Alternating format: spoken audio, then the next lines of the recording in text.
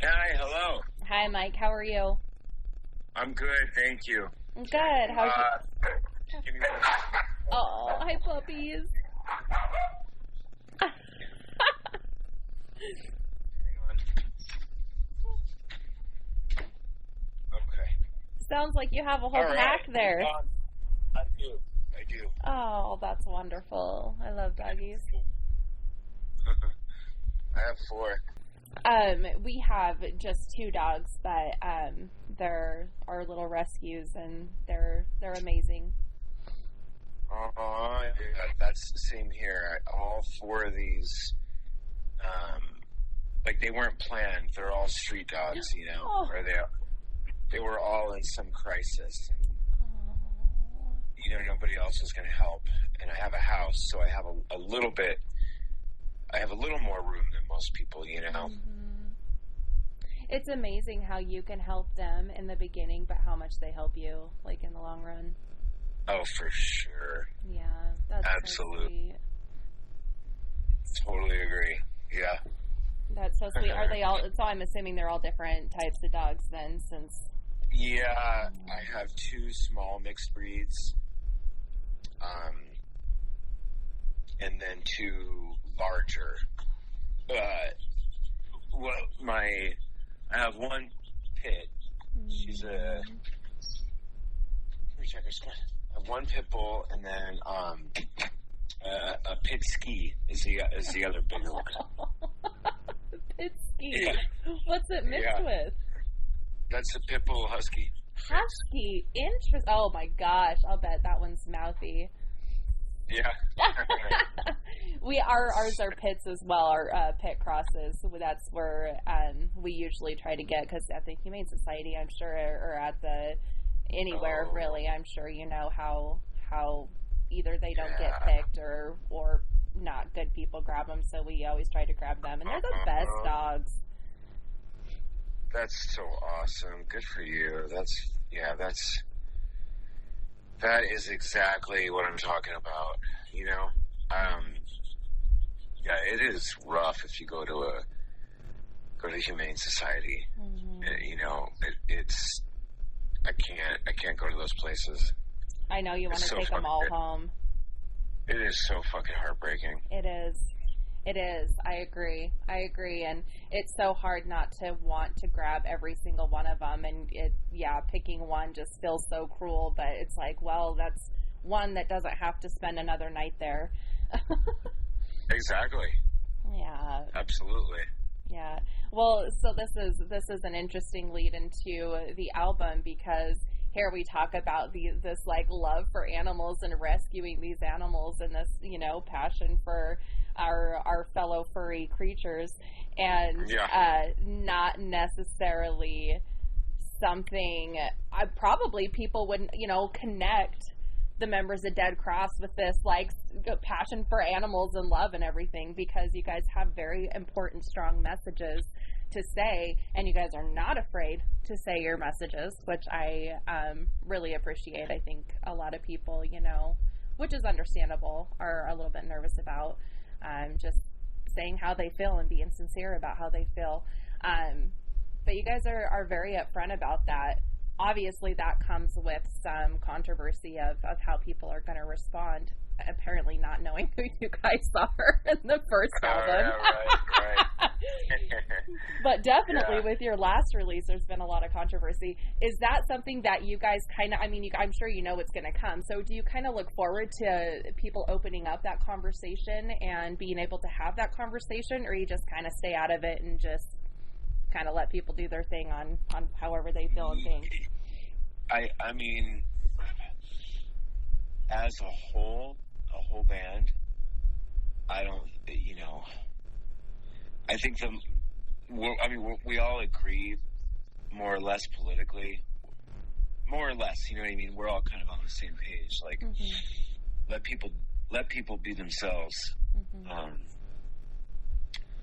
I think maybe Justin might be more politically minded than the rest of us. You know, he's pretty involved.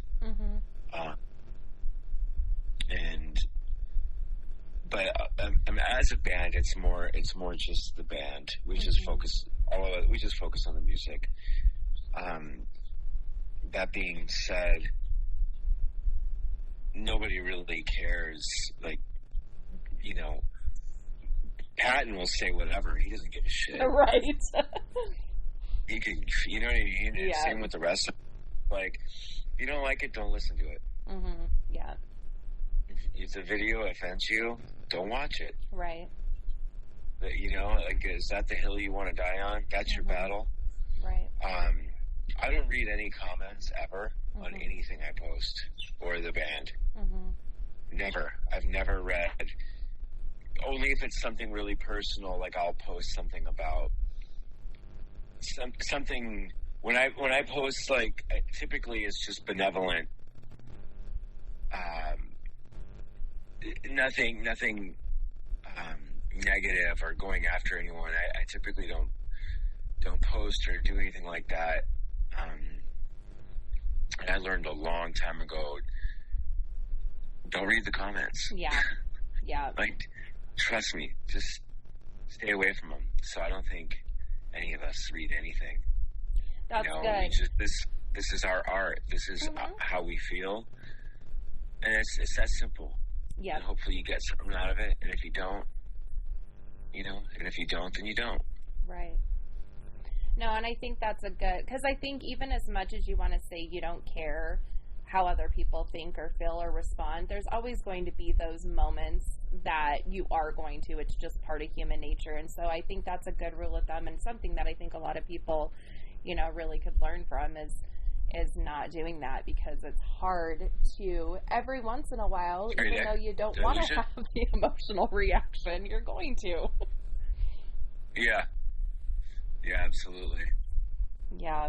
Well, I've definitely seen much more, because I do go through and read the comments of who I'm interviewing for obvious reasons, to see how everybody's responding to what's been out so far. And there's much more support, much more excitement for the second album than anything. You know, I know a lot of people have been waiting for this, as I'm sure you guys have been. This has been a long process with a lot of very difficult things in the midst of making it.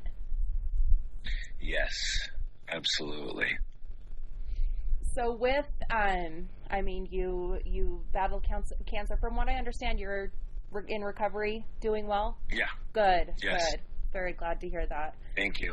Yes. And then, yeah, COVID hit, and then Patton was having the mental health stuff, which I think is just a lot of people, especially since COVID, have been struggling more than I think a lot of people care to admit. I'm a therapist. I know. Oh, okay. I know how the world is responding, as how I am responding on top of how the world is responding through COVID. So I know it's definitely much more common than I think a lot of people recognize or understand. But with all of those obstacles in the midst of it, you're 2 weeks from release. How is this feeling, finally being able to have it completed and ready to put out there? It feels incredible. Finally, it's just like a deep breath, sigh of relief, you know? As you listen to it, can you recognize or feel, you know how sometimes, like with songs or with smells or with certain things like that, it brings back memories? Do you guys have that kind of catharsis when you listen to it? I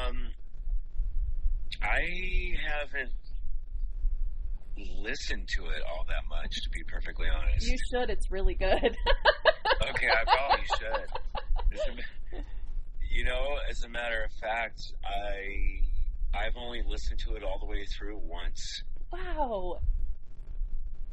Yeah, I typically don't listen to stuff I do very many times after it's out, ever. Wow. I know. You need to step away from all the work then, apparently. Do you think that this one might be different in the future because of everything that went into it? Different in what way?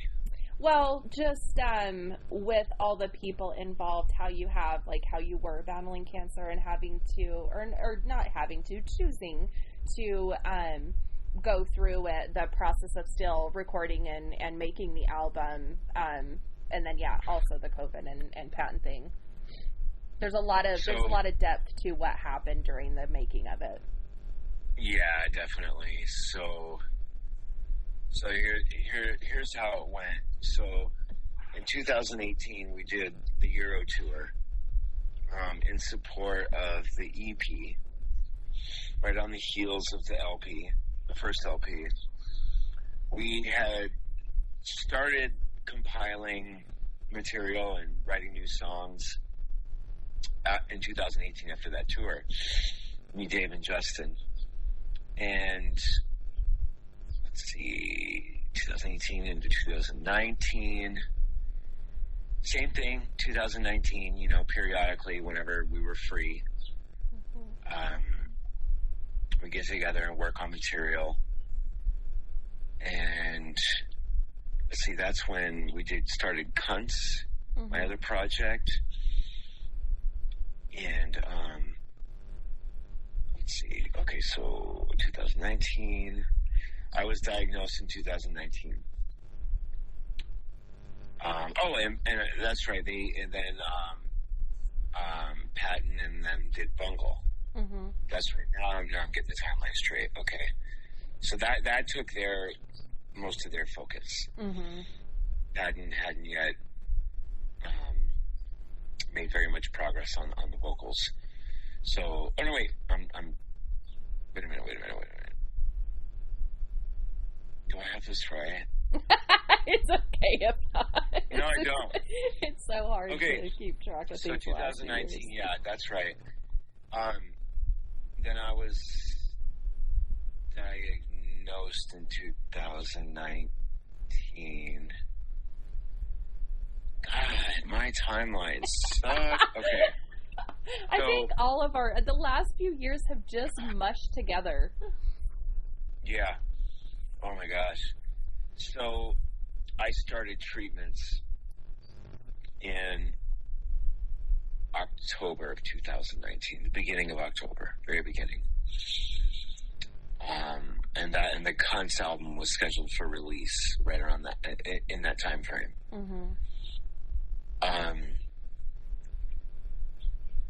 I finished treatments around Thanksgiving. Through that process, I thought I was going to die. The treatments were incredibly brutal. When I realized I wasn't going to die finally around Thanksgiving, I texted the guys, I don't remember. But I was like, let's book studio time. And they're like, what? Are you crazy? Are you sure? I was like, yes, let's fucking do it. I'm sick of dying. Yeah. I want to live. Let's go. So I called Greg at Ipecac, and he's like, okay. And I got Ross on board, again, and booked the studio time for December.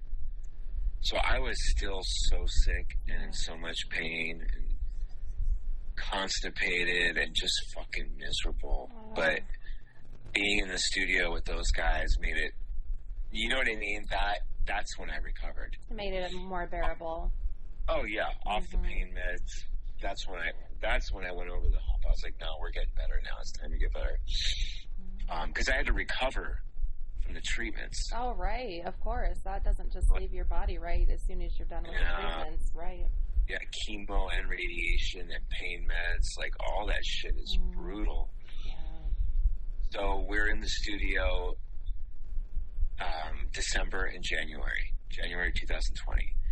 Finished tracking. We had, that's right, Bungle was going on tour. Cunts was going on tour, supporting the Melvins. We did a date with Bungle. It wasn't a long tour. We get back. Now this is the end of February. We're going into March 2020. Justin and I had a recording project with a couple friends from New York, a thrash metal project. During that project in March, everyone's like, man, all my shows are getting canceled. What the fuck? Like, dude, all my shows are canceled too. Like, literally, that's the week of lockdown. And I got COVID while we were recording. I was like, God, well, you were still recovering and recording. Oh my goodness. Yeah. During that recording session with Justin and the other guys, not Dead Cross, I got COVID the week of lockdown. Oh. So I didn't really get that sick at all. I was only sick for a day. Oh, good.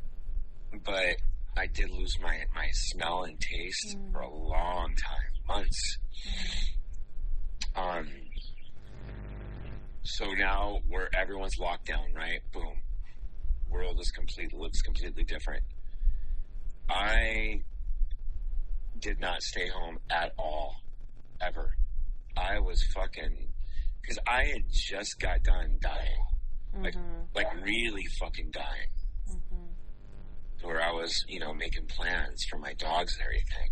So when COVID happened, I was like, yeah, you guys, sure, lockdown.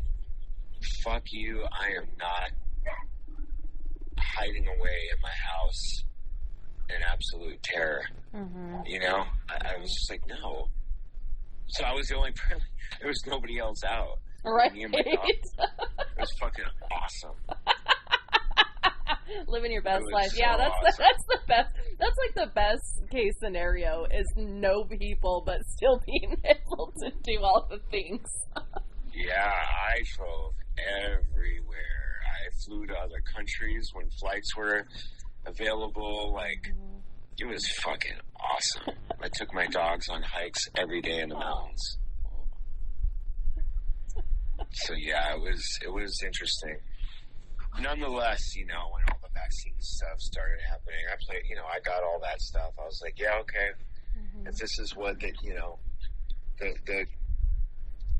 this is what the collective consciousness wants and what everyone says to do and keep people safe, I did all that. But so that was what happened. Jeez, yeah, trying to. Well, and that's interesting. That. And it makes sense that you had that perspective after dealing with something so scary. You just want to live, and then everything shuts down, and you're like, hey, I just got a new life, for lack of a better way of saying it. So, yeah, interesting timing. So, what are some things that you do for like self-care and mental health nowadays?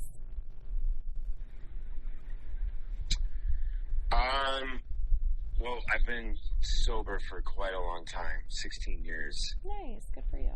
So I'm really active in 12-step programs. That, dogs, therapy. I need to go back to therapy. What else? I think that's... just being... And then music, obviously, and music is another best form of therapy ever. Definitely. Being able to express yourself and have a voice on an instrument that other people can share with you, that's incredible too. But more or less, just I would say all my 12-step work.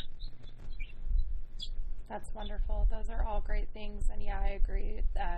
Music is an added form of therapy, which is why it's so important to keep the music going. I constantly feel so bummed for musicians. Nowadays it's just so difficult. It's such a different world, and some positives and some negatives. But our musicians don't get treated as well as they should for as much as we need the music. So, while I might do the traditional therapy, thank you for the other form of therapy that you're putting out there and helping. Oh, yeah, absolutely. You're welcome. But I agree with you. Musicians don't get treated as well. It's crazy to try to make a living in music. Good luck. Yeah, it's like almost those already distinguished bands. I mean, even they, seem like they're struggling as well, which used to be their livelihood, and now it's trying to get creative and come up with new ways of making money within the industry, and it's just crazy. I am thankful for the return of vinyls for many reasons, but that's one of the big ones is, and I know you guys don't make a whole lot off of it, but it is something that people seem to buy, you know, more than CDs even. Oh yeah, for sure. Totally agree. Are you guys planning on going on tour with this album? We do not have any plans as of now. Okay. So I think we're letting Patton, you know, whenever he feels ready. Yeah. So. Yeah, for sure. Yeah, and that's something I had heard you guys mention that on another interview that I was listening to, and I think it's so amazing how much of you know, especially I know you guys have been together for a while, but you guys have it seems like such a strong brotherhood and are so supportive of each other and are really understanding of each other's personal obstacles, and I think that's so amazing and so wonderful. Instead of putting that pressure on, there's just all that space and yeah, understanding, and I think that's really cool. Oh, thank you. Oh, I appreciate that. Yeah, but it is. It's like a band is a family. Mm-hmm. You're in a relationship, whether you realize it or not. You know, it's definitely a marriage. Yeah. Oh, yeah. Yeah. Yeah, I thought how interesting it would be to be a therapist for bands, because it is. I mean, a lot of people spend more time with their bandmates than they do even their own personal families, you know, and that's a lot of trying to coexist with other humans. Oh my God, totally.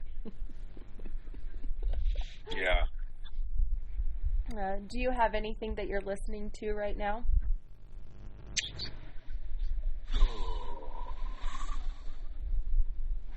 Let's see.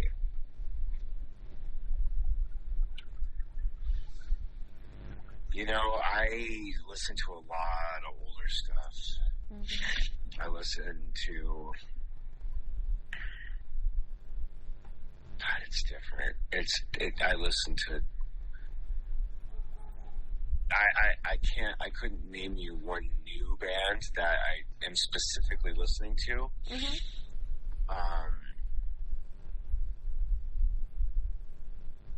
Let me think here. Yeah, you don't have to say anything new. Well, it's fine.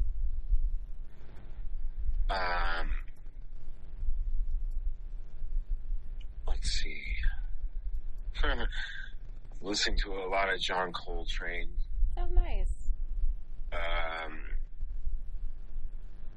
It just depends on my mood at the moment, you know? For sure. Like Peter Honeygale. Is this guy? Leon Bridges. Brief Encounter. Let's see. Oliver Malcolm. I like that guy. What else? Toro y Moi.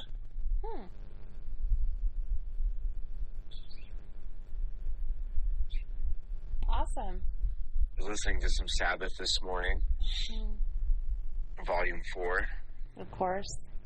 Yeah, it seems like definitely all mood related, because it's kind of all across the board, which is cool. And that very mood. That was a good way to put it. I never mood related. 1,000%. Yeah. Yeah, which bleeds into Dead Cross too, I think, as well, because there is, you know, a little bit more, I think, diversity of just song structures and mood, really, which makes sense given, you know. Oh, for sure. Mm-hmm. Definitely.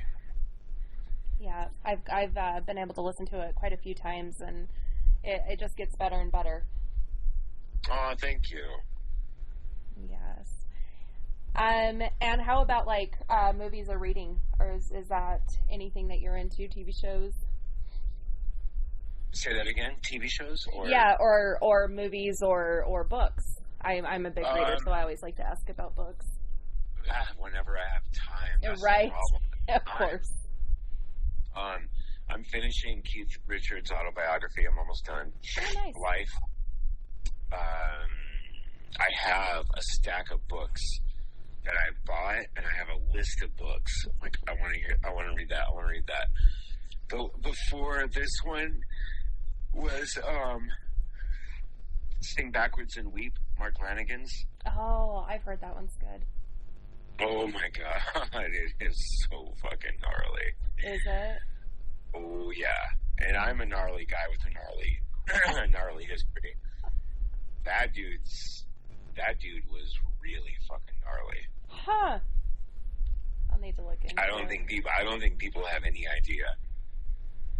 Like, rest in peace. I was a huge Mark Lanigan fan. I still am. Mm-hmm.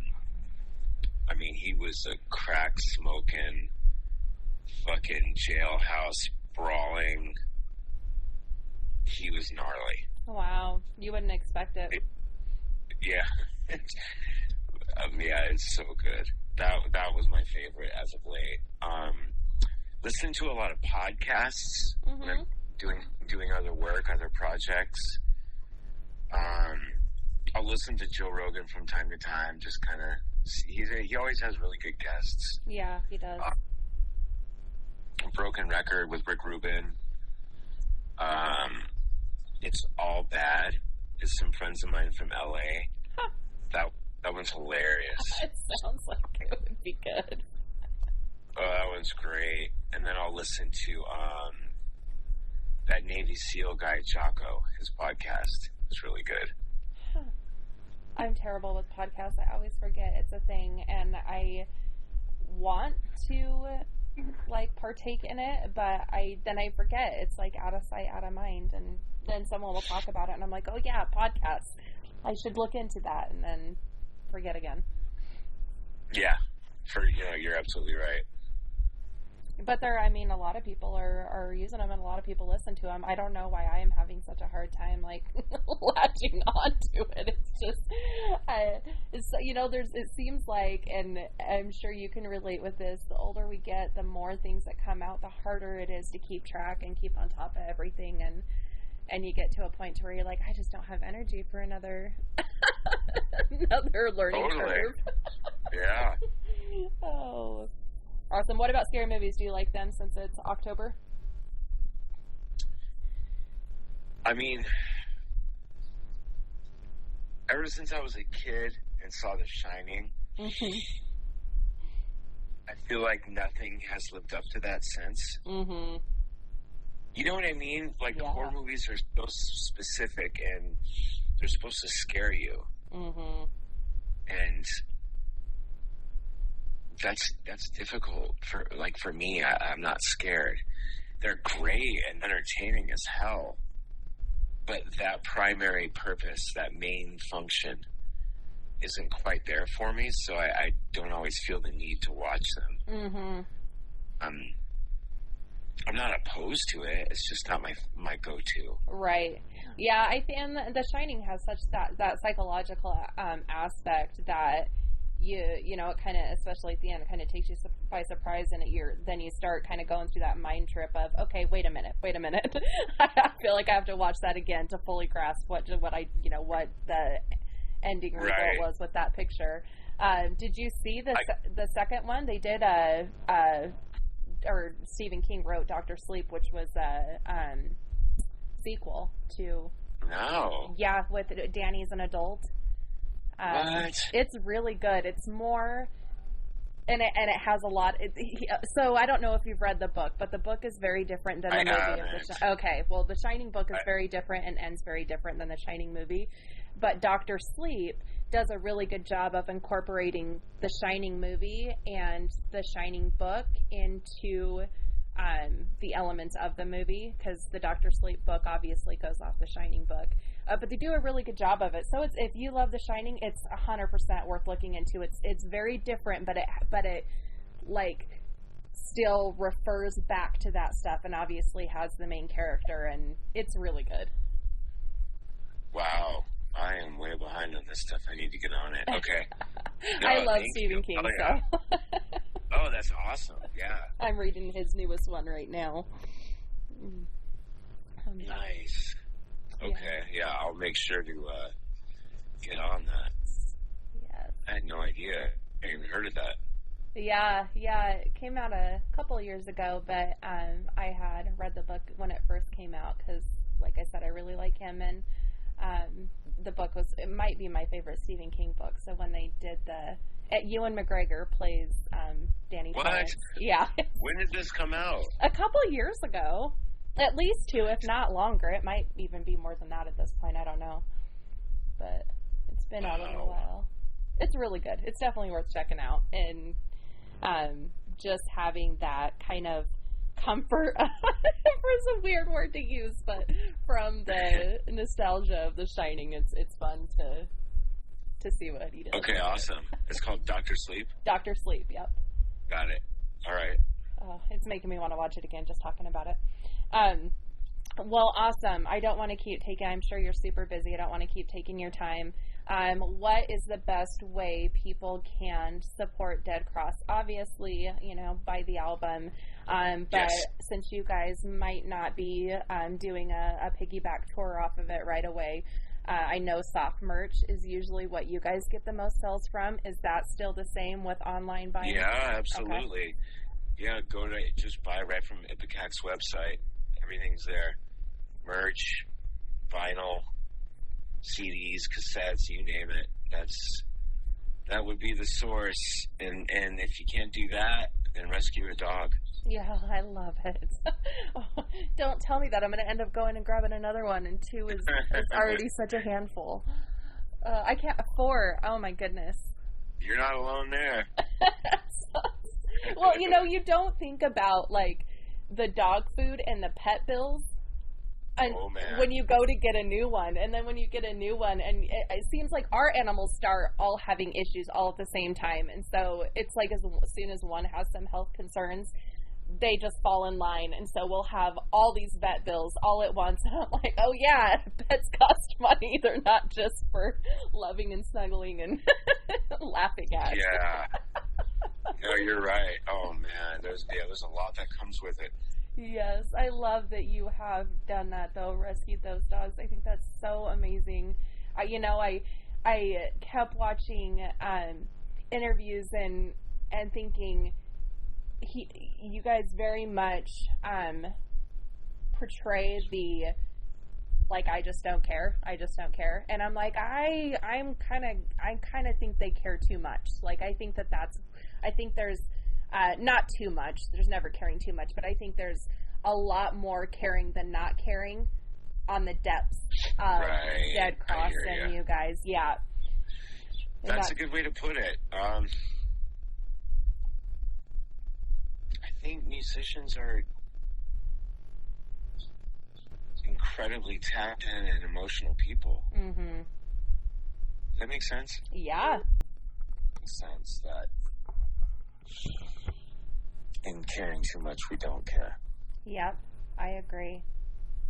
You have to be an emotional, creature in order to create anything artistic. And, again, with you guys, there's such a sincerity. There's no fakeness, It's just a very real, raw, sincere project that, the emotions are clear, and that's a beautiful thing and an important thing. Oh, thanks. Yeah, it's a blessing and a curse. Oh my gosh, yes, 100%. And that's where I think the being able to take a break from people in general is helpful to come in, because it's so exhausting being a human that sometimes being away from humans can give you a little bit of that spark and energy back. Yeah. Well, thank you so much for your time, Mike. I super appreciate it. Congratulations on the release in the next couple weeks. I'm glad you're healthy and glad you're doing well, and hopefully we'll see you on the road in the next few years. Yeah, hopefully. All right. Thank you. Yep. Have a great day. You too. All right. Okay. Bye-bye. Bye.